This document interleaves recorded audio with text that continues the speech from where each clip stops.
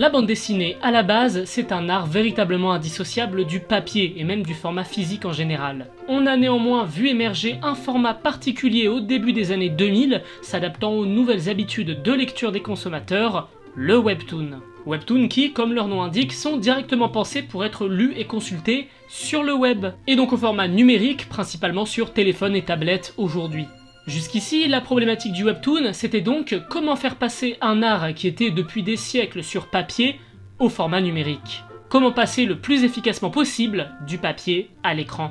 Mais ces dernières années, on a fait face à un phénomène très particulier qui est en fait l'inverse de ça.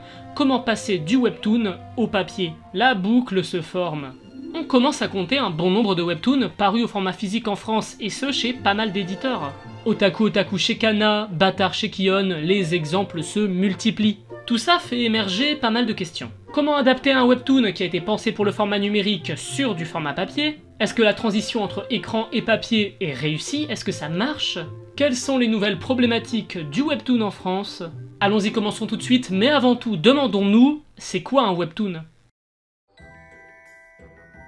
Le terme webtoon est apparu aux alentours de 2003 pour désigner les mangas parus en ligne, chose qui se fait assez fréquemment au Japon, en Corée et même partout dans le monde finalement. Le terme est vague et peut englober beaucoup de choses différentes. On l'associe souvent au manhwa, c'est-à-dire aux bandes dessinées coréennes, cependant les deux termes sont très différents.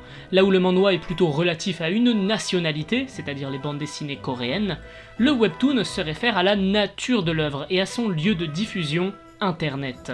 Comme exemple de différence, le Yonkoma Pop Team Epic qui paraît en ligne en 2014 est un webtoon, mais ce n'est pas un manhwa car l'auteur est japonais, tout comme le site de diffusion d'ailleurs. A l'inverse, Witch Hunter, édité par Kion en France, est un manhwa car l'auteur et l'éditeur originaux sont coréens, mais il ne s'agit pas là d'un webtoon car il n'a jamais été question de le publier sur internet. L'amalgame entre les termes vient sûrement souvent du fait que les webtoons sont coréens. Histoire d'être sûr de ne pas confondre les deux termes, quand vous lisez une BD, posez-vous une question simple. Est-ce que ce manga ou ce manhwa que je suis en train de lire a été diffusé en tout premier lieu sur internet? Si oui, c'est un webtoon. Sinon, peu importe sa nationalité, manhwa, manga, tout ce que vous souhaitez, ce n'est pas un webtoon. Se demander où est-ce qu'il est paru à la base, c'est se demander par extension à quel public était-il destiné. Car oui, un manga webtoon n'est pas pensé et réfléchi de la même manière qu'un manga traditionnel. Pas le même rythme de parution, pas le même public, pas les mêmes restrictions puisqu'ils ne sont pas édités dans un magazine traditionnel. Et surtout, pas d'éditeur. L'éditeur c'est quelque chose de fondamental vraiment dans un manga traditionnel. L'auteur fait une grande partie mais l'éditeur apporte également énormément, dans la majorité des cas. On fait donc face pour les webtoons bien souvent à une liberté totale de l'auteur. Et ça rajoute vraiment quelque chose de différent. Tous ces éléments font des webtoons des œuvres profondément différentes des mangas traditionnels, bien qu'ayant de fortes similitudes.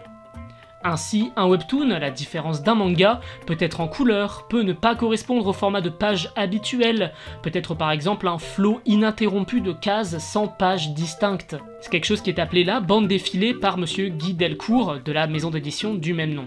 Ça correspond généralement à une lecture verticale, bien pratique pour la lecture sur téléphone et tablette. En bref, la forme est particulièrement libre pour ce qui est du webtoon. Mais bref, c'est pas étonnant qu'avec le succès que les webtoons connaissent en ce moment, les éditeurs français sentirent le truc venir et puis décidèrent d'importer en format physique les webtoons en France. C'est quand même des pépites de popularité. Et puis également, mettons les choses au clair, le public français n'aime pas la lecture numérique. Sûrement là un héritage de nos BD traditionnels franco-belges qu'on connaît depuis des décennies, même des siècles finalement. La lecture numérique n'arrive pas à s'implanter sur le territoire français. C'est donc pas étonnant de voir des œuvres comme le webtoon, qui sont principalement numériques, arriver mais sous format papier pour être adaptées aux consommateurs, aux lecteurs français. Se conformer aux attentes de ces lecteurs. Du coup, pour se conforter aux attentes du public français qui attend un format plutôt physique à l'inverse d'un format numérique qui n'est pas particulièrement intéressant sur le territoire, ou tout du moins qui n'arrive pas à faire sa place, qui n'arrive pas à s'implanter, la question se pose, comment faire pour rendre un manga qui était à la base numérique au format physique? Comment faire entrer ça dans ça? C'est une question assez inédite et qui n'a pas vraiment de précédent ou d'équivalent dans le monde de l'édition française. Ou tout du moins, pas que je sache. Je vous propose de jeter un œil à quelques cas pratiques, quelques maisons d'édition qui ont déjà trouvé leur réponse propre à la question. Voyons voir comment nos éditeurs français s'en sont sortis avec les webtoons. En tout premier lieu, jetons un œil à Solo Leveling. Évidemment, on commence avec l'un des plus connus, un emblème du webtoon mondial même. Commencé en 2018 par Hwang Sung-lak et Ji-So Young, désolé pour la prononciation qui est sûrement approximative, l'œuvre est l'une de ces bandes défilées dont on parlait plus tôt. En France, c'est Delcourt Tonkam qui s'attaque à l'adaptation au travers de son nouveau label, tout fraîchement paru pour les éditions webtoon, K-Books. Par la création de ce label, on comprend une volonté de continuer à éditer du webtoon par la suite. Solo Leveling n'est sûrement pas un coup unique, sinon ils n'auraient pas créé une collection. S'il y a collection, c'est qu'ils ont volonté de publier encore plus de webtoons. À voir dans l'avenir si ça marche. Le sens de lecture est occidental, comme ça se fait en Corée, là ça change pas. La principale différence avec le webtoon numérique, c'est la réorganisation des pages. L'œuvre de base présente ces cases les unes après les autres dans une grande bande défilée, là où le manga a dû créer de toutes pièces un découpage, ce qui est loin d'être anodin.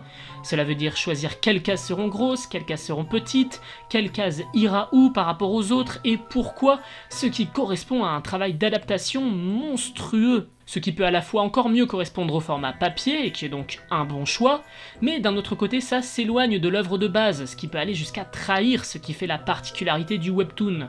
D'ailleurs fait intéressant, il existe également des volumes reliés de Solo Leveling directement en Corée, dans le pays d'origine. Il y avait déjà eu des éditions physiques de Solo Leveling. Mais après avoir regardé plus ou moins l'intérieur de ces tomes coréens, il semblerait que ça corresponde pas avec notre édition française à nous. Non, les éditions Delcourt Tonkam ont bien refait un découpage depuis zéro. Je sais pas vraiment pourquoi les éditions Delcourt Tonkam ont pas repris cette édition coréenne physique qui était déjà rodée, qui avait déjà marché, enfin j'ai deux théories pour le coup pour ça. Soit cette édition ne leur convenait pas, ce qui est à mon sens la possibilité la moins probable, soit, ce qui est sûrement la vraie raison, ils n'avaient tout simplement pas les droits. Ils avaient probablement les droits d'adaptation pour le webtoon, Solo Leveling, mais pas pour l'adaptation manga physique coréenne. Le choix fait par Delcourt Tonkam pour adapter ce webtoon au format physique est loin d'être le plus simple. Recréer un découpage de zéro, je sais pas si j'ai suffisamment appuyé dessus, mais c'est vraiment un gros travail.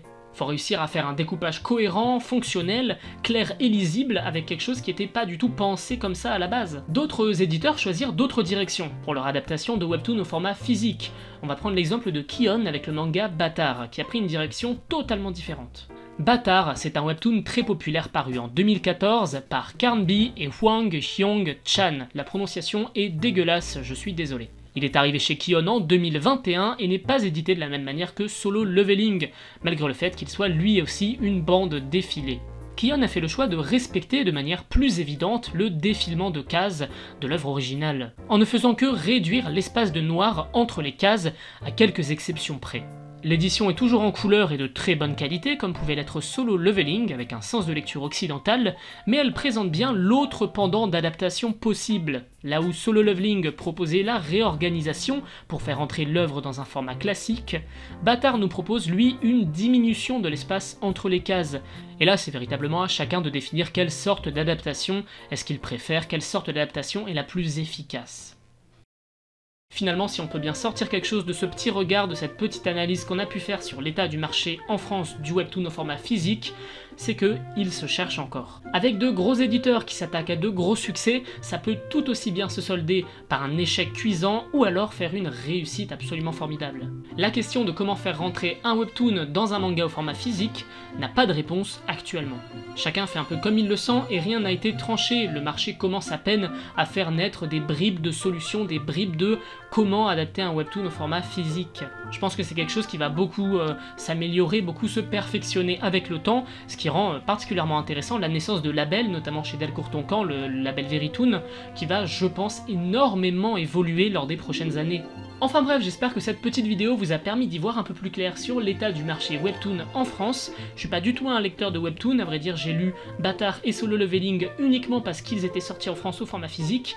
Avant ça je connaissais les œuvres plus ou moins mais sans m'y être attardé. Je suis allé quand même lire les versions webtoon pour me faire un avis sur l'adaptation justement et pour pouvoir vous en parler aujourd'hui, mais sinon je suis pas un lecteur très numérique, à l'image de la majorité des lecteurs français d'ailleurs. Mais bref, si ça vous a plu, n'hésitez pas à me laisser un petit commentaire en bas pour me donner un avis, notamment sur ce que vous pensez des adaptations physiques de webtoon en France. Et puis sur ce, je vous dis à très bientôt, portez-vous bien, bye.